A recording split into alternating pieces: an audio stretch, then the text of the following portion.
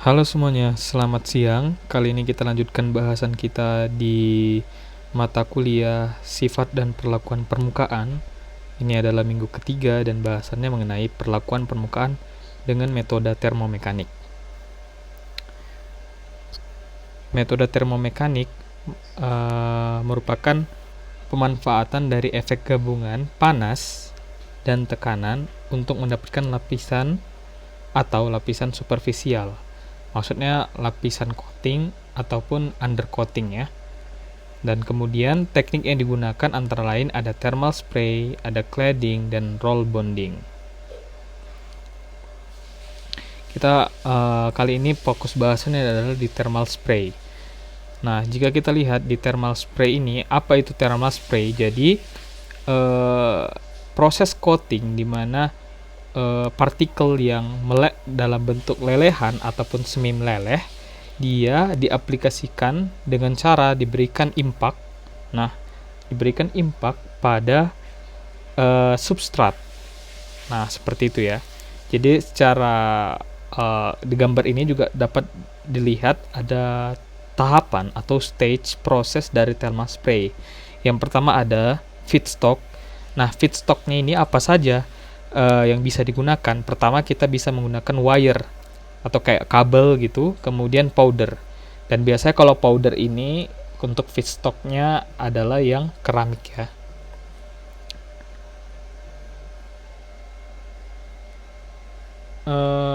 Kemudian di mana nanti feedstocknya ini akan dihubungkan pada nozzle ataupun thermal spray gun. Dan metode pemanasan pada thermal spray ini bisa pakai api, jadi konvensionalnya pakai api, kemudian pakai arc, itu pakai busur listrik, dan pakai plasma. Jadi ada 3 ya. Jadi itu dia heat source-nya ada 3 tadi yang kita sebutkan tadi. Kemudian molten particle propelled onto surface. Jadi dia dipercepat kecepatannya dan diarahkan ke permukaan substrat, di mana nanti yang droplet tadi dari feedstock kita ini akan mengenai substrat kita, dan karena dia kecepatannya tinggi tadi, maka dia akan berubah bentuk menjadi splat seperti ini. Nah, di mana hubungannya splat yang menempel pada substrat kita itu adhesifnya itu secara intermechanical locking. Jadi di mana nanti sebelum kita aplikasikan thermal spray ini, substratnya itu kita modifikasi dulu permukaannya sehingga dia kasar permukaannya dengan metode misalnya pakai grid blasting. Nah, grid blasting itu pakai bola baja yang diaplikasikan pada permukaan sehingga nanti akan membuat permukaan substrat itu kasar sehingga si splat tadi itu dapat secara intermechanical locking dia, jadi adhesifnya seperti itu ya. Dan ketika dibiarkan, maka kan si splatnya tadi mendingin. Nah, tadi karena splatnya dia mendingin, lama-lama dia akan kaku kembali ya, dia akan mengeras kembali. Nah, dan material yang dapat dilapisi itu bisa seramik, bisa steel, dan lain-lain. Dan apa ya, ini nggak tahu kenapa ditulis ini kemarin TSA, thermal spray aluminium. Dan kekurangannya ini biasanya banyak porositas, kemudian banyak oksidasi. Oksidasi ini terjadi karena kontak dengan udara dari thermal gun menuju substratnya. Jadi kan si substrat kita itu ditembakkan kan dari thermal gun kita ke permukaan substrat itu. Nah, jaraknya tadi kan nggak dekat banget. Nah, karena ada waktu di mana si molten splat tadi itu berkenaan sama si udara, bisa terbentuk oksidasi, akan terbentuk oksida gitu. Dan biasanya untuk melindungi ini biasanya bisa pakai gas pelindung agar nggak terbentuk si oksidasi, misalnya pakai pakai gas mulia lah biasanya ya. Ini dia thermal spray process, ini nanti ada di YouTube juga, nanti aku masukin. Nah, ini kita bahas yang arc spray dulu ya, thermal spray, arc spray. Jadi ada yang thermal spray sama arc spray. Oke, jadi kalau thermal spray coating karakteristik ini udah kita bahas. Jadi antara coating dan substrat itu terjadi bond mechanical interlocking atau kayak key lock-nya lah mereka. Kemudian tadi ini permukaannya roughness itu karena pakai grid blasting. Kemudian kita temukan di sini ada pori, kemudian ada splat ya. Splat itu adalah flatten particle atau partikel yang memipih karena tadi ditembakkan dengan cepat gitu ya. Ini ada inklusi. Nah, seperti itu ya. Nah, pore dan oksida yang oxide inclusion itu memang susah dibedakan ya. Jadi kita harus melihat di bawah mikroskop juga untuk memastikan ini si oksida atau si pori gitu ya. Grid blasting. Jadi bisa pakai workshop. Jadi kalau untuk grid blasting ini kita bisa melakukannya di workshop, atau workshop itu kita kayak misalnya di lab lah, atau di tempat yang barang itu bisa kita bawa. Nah, tapi kalau misalnya nggak bisa, kita bisa lakukan di field, di tempatnya langsung ya. Jadi ini flame spray. Jadi flame spray itu pakai nyala api, pakai misal oksigen tentunya, ditambah asetilen C2H6, dimana ini temperatur pembakarannya bisa sampai 3000 derajat Celcius. Nah, yang dibakar itu apa? Tadi itu ya, feedstocknya bisa serbuk logam atau wire kawat. Kalau untuk si arc spray itu atau busur listrik itu, jadi kita ada elektroda dengan potensial yang berbeda, ada positif dan negatif. Kemudian kawat ada di tengah-tengahnya ini, karena di sini akan memunculkan panas, maka si kawat tadi akan meleleh. Dan itu tadi yang pertama flame spray ya. Ini yang ketiga plasma. Kalau plasma sebenarnya intinya adalah gas yang diionisasi, contohnya lampu neon. Ini dia parameter spray coating. Jadi kalau energi kinetiknya tinggi atau particle velocity-nya tinggi, maka ketika velocity-nya atau kecepatannya tinggi, maka porositasnya rendah dan bondingnya kuat. Nah, di sini makanya di HVOF itu bagus untuk porositasnya rendah dan bondingnya kuat. Untuk temperatur sendiri, ketika temperaturnya naik, maka porositasnya menurun dan bondingnya tambah kuat. Oke. Processing atmosphere, ketika atmosfernya itu kita atur, maka oxide inclusion-nya akan menurun ya. Kita berikan gas pelindung. Ya misalnya pakai ambient temperatur ambient atmosfer, kemudian pakai gas argon. Semakin protektif tadi kita lakukan di bagian atmosferiknya itu, maka inklusi oksidanya akan menurun. Tadi ya. Kemudian substrate surface condition.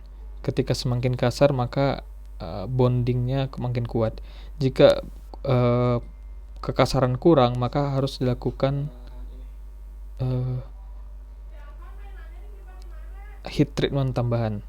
Nah, jadi heat treatment tambahan itu digunakan ya untuk menambah kekuatan bonding antara substrat dan coating kita tadi itu. Ya, jadi selain intermechanical locking, kita bisa pakai difusi juga, difusivitas heat treatment tadi. Kalau misalnya dari sini kurang, kita bisa tambahkan dari sini, dari difusi. Ini thermal spray teknik, ada low energy process, wire arc spray, flame spray, plasma spray, HVOF spray. Kalau low energy dan high energy ini dibagi dua dulu. Kalau low energy pakai wire arc ya, busur listrik, flame. Kalau dilihat sih perbedaannya yang paling berbeda sih di HVOF ya, karena dia sangat cepat dia, energi kinetiknya sangat tinggi. Kalau plasma spray dia temperaturnya bisa sampai 5500 derajat Celcius, kemudian kecepatannya di 250. Kalau flame spray temperaturnya kurang dari 3000 dan velocity-nya kurang sekitar 50 meter per second. Ini electric wire arc spraying, jadi feedstock ada 2 kawat. Nah, sumber panasnya 2 kawat beda polarisitas yang dihubungkan sehingga akan bentuk busur listrik. Busur listrik tadi kan menghasilkan panas sehingga dapat mencairkan kawat yang 2 tadi itu ya. Ini dia feednya itu tadi ya. Nah, logam pelapis cair dipecah jadi droplet ukuran kecil oleh atomizing gas. Jadi atomizing gas ini yang akan memecah droplet tadi. Droplet ini didorong ke arah substrat. Droplet didorong ke arah substrat untuk melapisi substrat. Ya, misalnya ini harga thermal gunnya kalau yang pakai electric wire itu 15 sampai 30 juta ya. Nah, kan udah di udah di droplet tadi kan udah dipecah sama atomizing gas itu. Nanti pakai ada secondary gas stream ini yang akan kayak mempercepat, jadi kayak acceleratednya itu lebih cepat gitu. Kemudian ini ada, itu kan tadi wire arc ya, arc spraying, ini flame spraying. Feedstocknya kawat atau serbuk, sumber panasnya itu adalah gas asetilen C26 tambah O2. Nanti logam tadi droplet dan samalah, mirip juga ya. Tapi nanti dia ada compressed air ya nanti yang akan mendorong si melting feedstocknya tadi.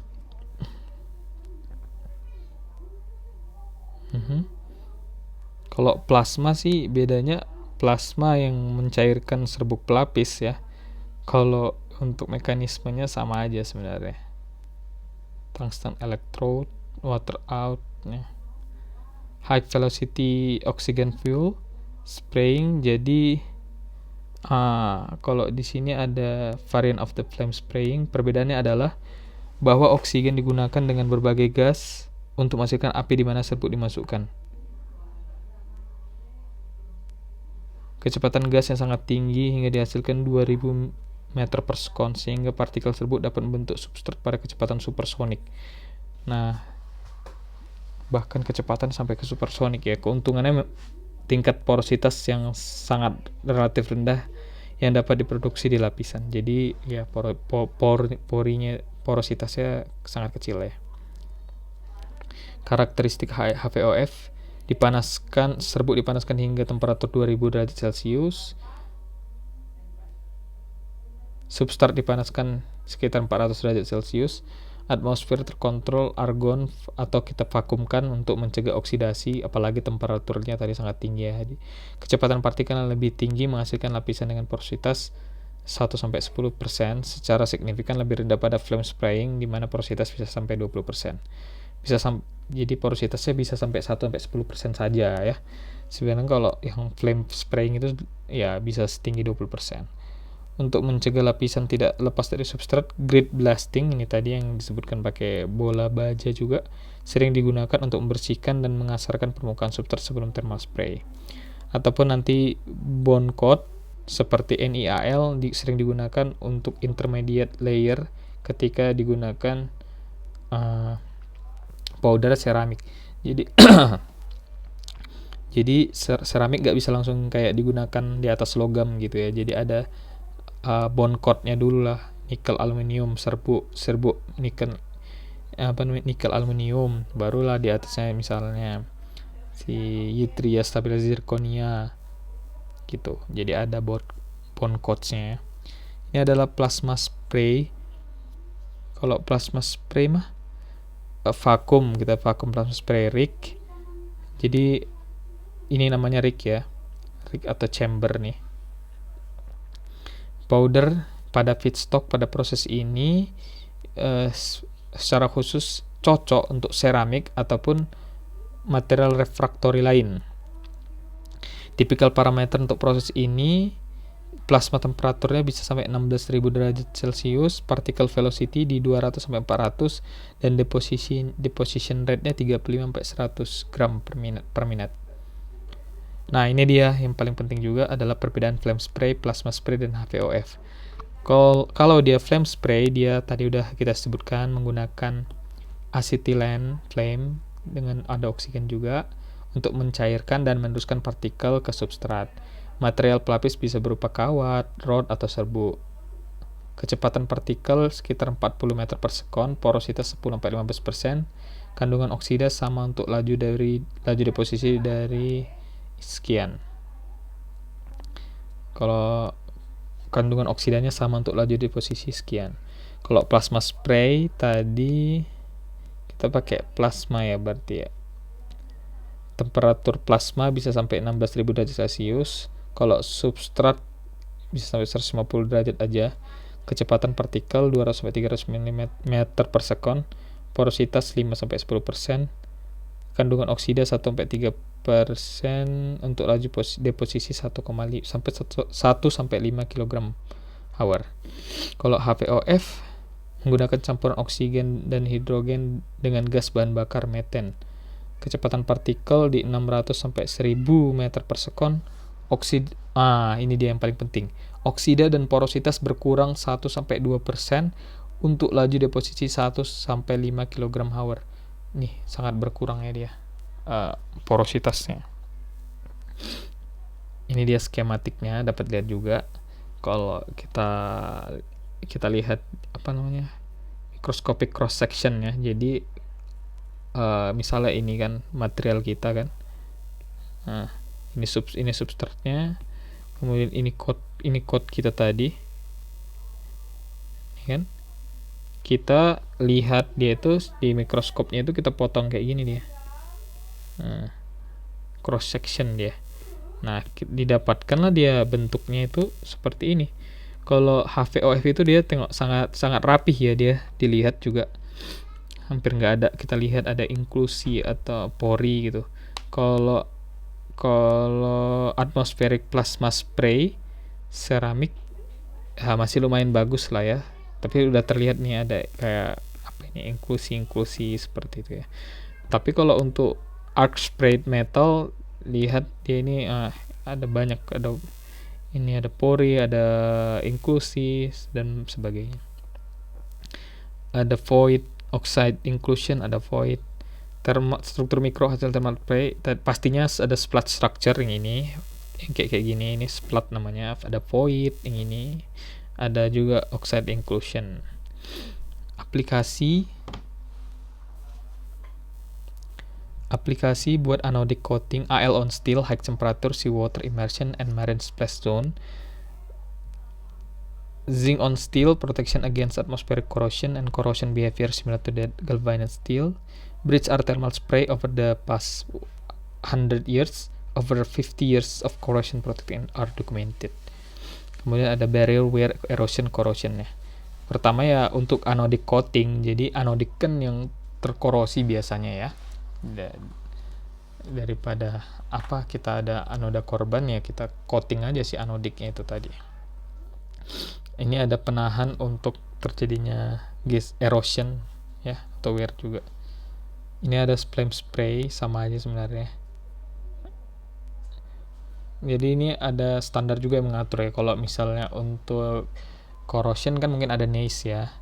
Kalau untuk coating ada juga SSPC, pokoknya tentang coating lah, boleh dicari juga ya di internet.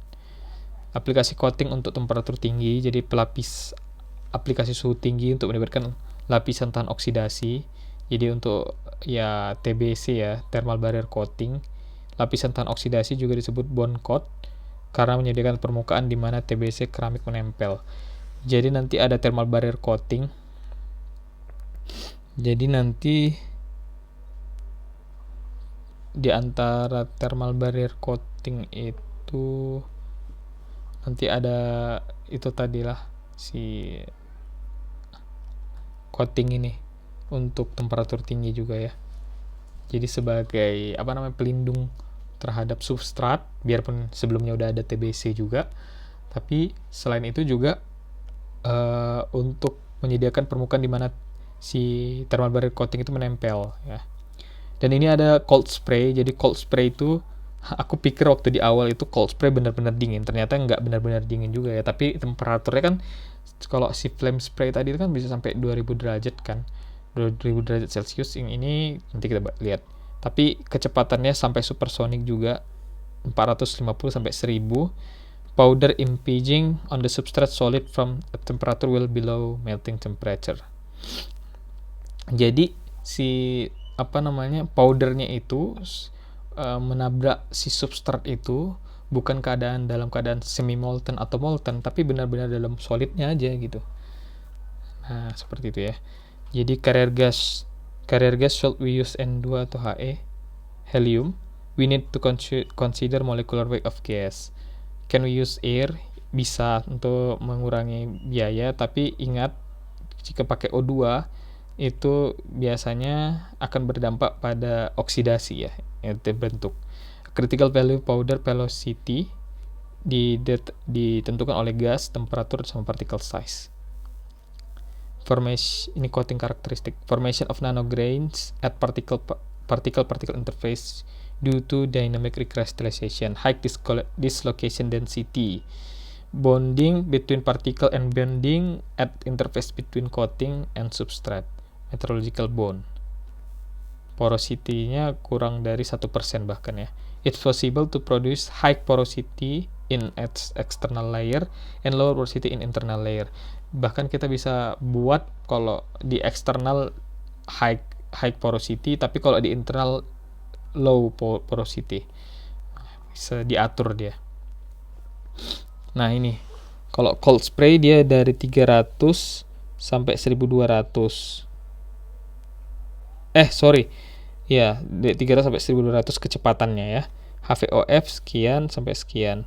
Makanya kalau cold spray itu bandingannya cuma di HVOF aja untuk kecepatannya supersonic ya. Tapi untuk temperatur si cold spray itu biasanya cuma sampai 1100. Cuma sampai 1100.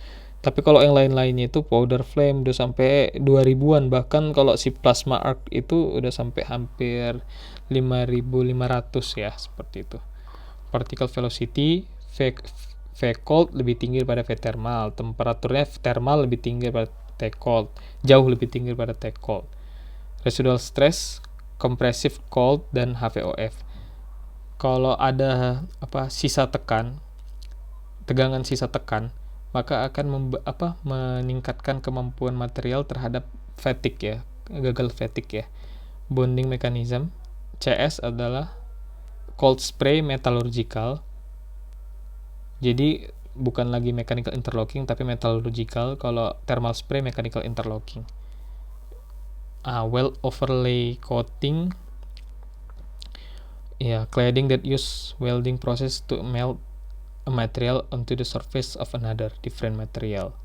Heating source bisa pakai shield metal arc, submerged arc, gas metal arc, flux core, plasma transfer arc, oxy-fuel gas welding.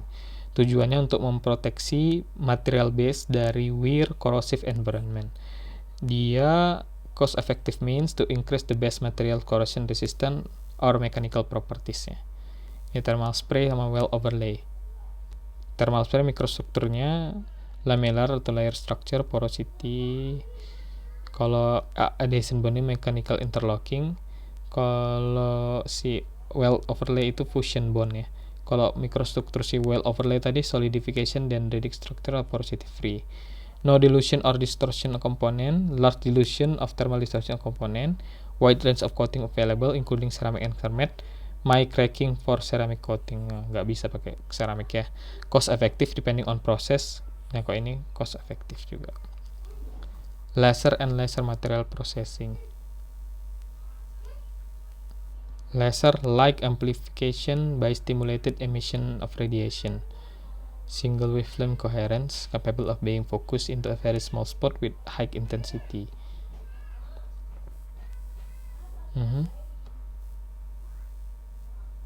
Ya mungkin itu aja dulu yang dapat dibahas kali ini, karena pembahasan di kelas juga sampai sini saja. Terima kasih, sampai ketemu di minggu berikutnya. Thanks.